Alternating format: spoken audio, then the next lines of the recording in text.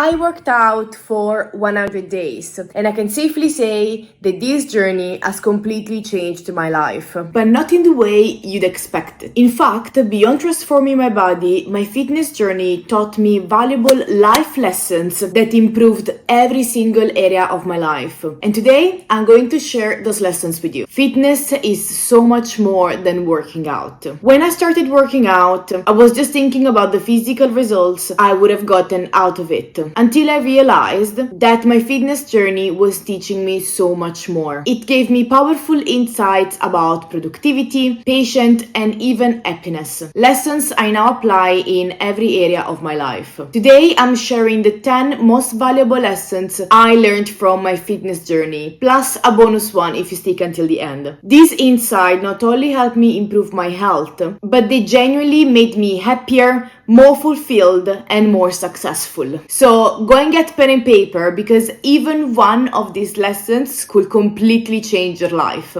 And whilst you do that, in case you don't know me, hi, my name is Bri. I'm a pre-qualified psychologist working in London, and on this channel I like to share psychology and science backed up tools to live a healthier, happier, and more productive life. So if that sounds like something that might interest you, then you should subscribe and stick around. Lesson number 1, you are not the same every day. Something I noticed when I started taking my fitness more seriously, especially when it came to weight training, was that depending on the day and my personal energy, my performance was going to be a little bit different. So some day I will be able to lift more, some days I will be able to lift a little bit less. So I was able to do more or less depending on the day. This applies to productivity and life in general. You won't show up as the same person every single day, because your energy level, your mood, your mindset are gonna shift daily. Do you ever feel frustrated with yourself because you managed to be very productive on one day, but then you were not be able to replicate those same productivity levels on a different day, and then you started believing that you were inconsistent and there must be something wrong with you? The truth is, there is nothing wrong with you. The reality is that some days you will have low energy, other days you will be in a bad mood, other days your energy and your mood will be great, and that is just a normal part of life. It is unrealistic to expect the same from yourself every single day. So on low energy levels, you can focus on smaller tasks, or just tasks that you find a little bit more fun. And the important thing here is to celebrate showing up every single day rather than our performance. Lesson number 2, good things take time.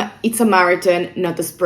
Especially when it comes to fitness, progresses are not necessarily quick, and actually for things like body recomposition or building muscles, these things generally take time. And at first I would get frustrated if I didn't see the results straight away, but then I kinda learned to be patient, and I expanded this patience to every area of my life. I started to appreciate the small wins without feeling the urge of seeing big progresses all of the sudden. This was particularly important when it came to my YouTube channel, where progresses have tended to be small, but I generally get so happy for even one more subscriber. And as if you also someone that get frustrated for not seeing results straight away, and you start losing motivation as a consequence, remember that good things take time, and it's best to track your progresses over long periods of time, and maybe checking them once a month or once every 3 months rather than every day. Lesson number 3, it's easier when you enjoy it. And this is a big one for me. The only way I was able to remain consistent with my workout was finding activities that I truly enjoyed doing. I now wouldn't force myself to do classes or workouts that I don't like and that I find boring or too exhausting for me. Same thing with my life and my work as well. If I am truly passionate about something and I actually enjoy the process, I also manage to be more productive as well. So the idea here is to try and fill your life with things that you actually enjoy doing. However, realistically, that is not always possible. So a good trick here is to try to combine something that you find boring or that you just don't like with an activity that you do like. So what I do now, if there is like an admin task that I don't want to do and I don't enjoy, I try to do that whilst doing things like listening to a podcast podcast or a YouTube video from my favorite YouTube channel. So put your energies in things that you love, and if that is not possible, try to make the activity that you don't love more fun and more exciting. Lesson number 4, you just need to be 1% better every day. If you ever strength trained, you will know what I'm talking about. The satisfaction that you get from being able to lift even 50 grams more is indescribable. So throughout my fitness journey, I did start to get excited for even the tiniest progresses. And I was able to expand this to other areas of my life, and I realized that I really only needed to be 1% better every day. Even if that just meant showing up when I didn't feel like it. That would have made me 1% better by increasing my resilience and my grit. So in your life, try to get excited for even just being 1% better every day. Remember that 1% will compound over time, and before you even know it, you would have made such huge progresses within your life. Lesson number 5, the best results are not necessarily the visible ones. When I started my fitness journey, I was extremely fixated on wanting to achieve the visible results. So of course, improvements with my body. However, as time passed, I realized that fitness was having a positive impact on my overall health, especially my long-term health.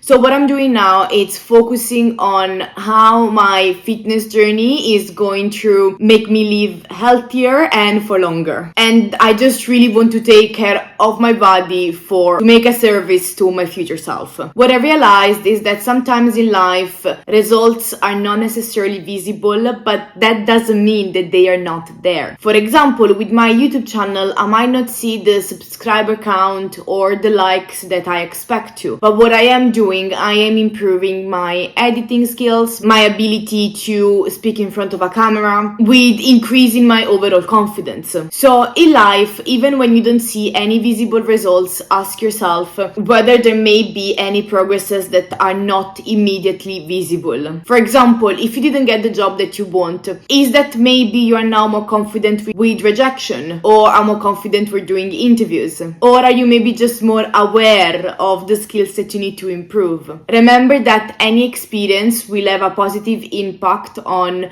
your personal development. So even when it doesn't look like it, some results will be there, even if they're not visible. Lesson number 5 is a whole life approach. In my fitness journey, I realized that fitness was not only about working out, but things like nutrition, recovery, sleep had a big impact on my progresses. And I only did start seeing progresses when I started to seriously take care of my nutrition, of my sleep, and of my mental health. What I realized is that similarly in life, it is very hard to make progresses unless you're tackling your life as a whole. If you don't sleep, you don't eat well, and you don't take care of your mental, it will be very hard for you to be productive and to also achieve your goals. I feel like that if you've been watching this channel for a long time, you will know how much I care about the idea that we need to take care of our basic needs first before being able to actually go there and achieve our full potential. So think about whether you have been maybe neglecting your basic needs such as nutrition, sleep, mental health, and focus on tackling those, and you will see how just doing that will have an amazing impact on your productivity and also your ability to achieve your goals. Lesson number 7, recovery is essential. When I started working out, I will do a lot of intense exercising without resting because I thought that this was how it was supposed to be. I couldn't have been more wrong. If you want to see progresses from your day's workout, you need to also make time for rest. Similarly, you won't be able to truly be productive, see progresses, and achieve your goals if you don't also make time for rest. Bear in mind that rest is not only about sleeping or lying in bed. In fitness, we also have what we call active recovery days. So days where maybe we could go on a walk or do some yoga instead of a lifting session or a HIIT training. Similarly, rest in your life might not necessarily mean just being in bed all day. It could will be about going to see a friend or visiting a new part of the city or just going for a walk in the park and allow yourself to be surrounded by nature. Lesson number 8, sometimes less is more. When I started my fitness journey, I thought that I needed to be in the gym every day, doing cardio for hours and lifting very heavy weights all the time. As you can imagine, that didn't lead me very far because that just resulted in a high cortisol, which means that my body kept holding on extra fat no matter what I did. Everything changed when I started doing shorter, less intense workouts. And I think this is something that can be applied in life as well, because sometimes in life we need to work smarter, not harder. The fact that you are working 10 hours every single day doesn't actually mean that you're making any progresses. Sometimes 2 hours of very focused work will give you more results than a 10-hour work session. This is especially because working that hard and that intensively every single day will just result in you burning out. And obviously you won't be able to be productive and to actually achieve your goals if you are burning out. So within your work day, make sure that you have some short but very focused hours of work where you are very productive rather than spreading yourself thin for the entire day where you're not actually making any progresses and you're just burning yourself out. Lesson number 9, low intensity doesn't mean less efficient. This lesson is similar to the last one but a little bit different. If you are a Pilates or ballet girly, you will know what I'm talking about when I say that low intensity workout doesn't mean less effective workout. There are some workouts like, as I mentioned, Pilates and ballet that can be very effective despite the fact that they are considered low intensity exercise because your heart rate doesn't go as up as with other types of exercise like a HIIT training, for example. Similarly, in life, we need to focus on working smarter and not harder. In the same way, working more hours doesn't mean that you're being more productive,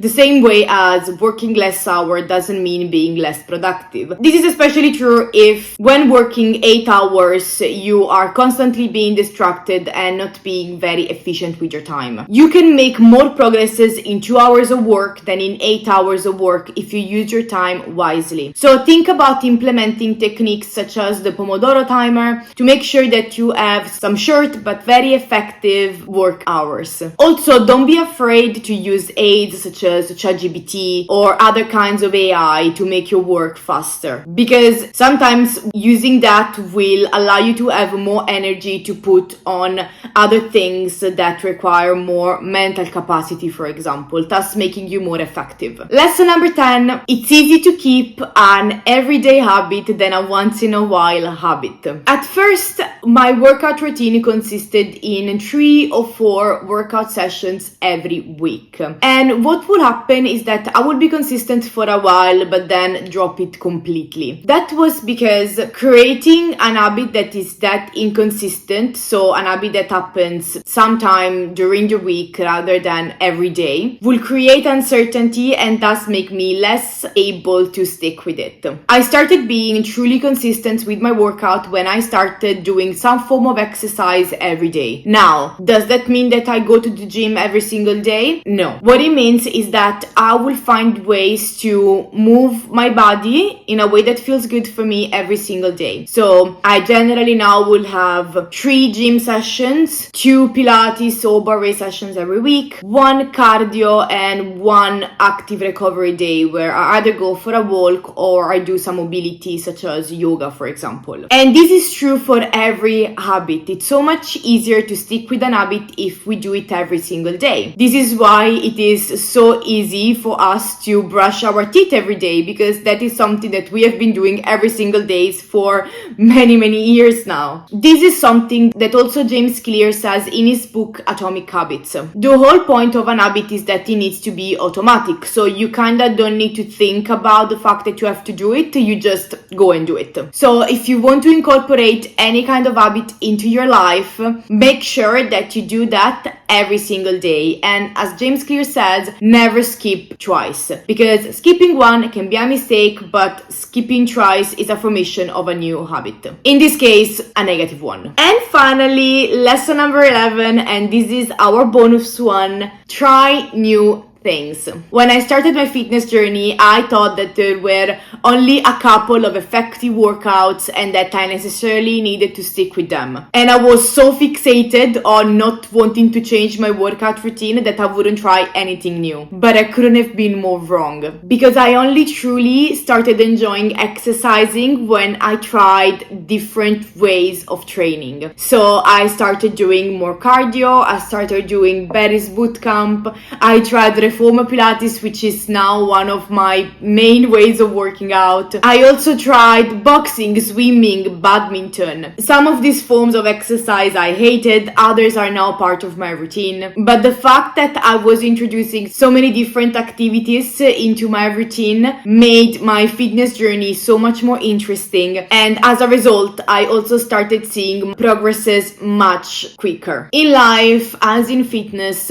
don't be afraid to try new things, because in this way you will make your life more interesting, more full of excitement, and also you never know which of the new things you try may also change your life as a whole. And this brings us to the end of the video. Please let me know in the comments which one was your favorite lesson, and maybe which lessons you have learned from your fitness journey or from other journey in your life. If you like this video, you might also like this video here where I talk about how not to waste your 20s. Or you can check this video here that YouTube has picked up just for you based on your personal interest. So I will see you over there, or I will see you in the next video. Bye!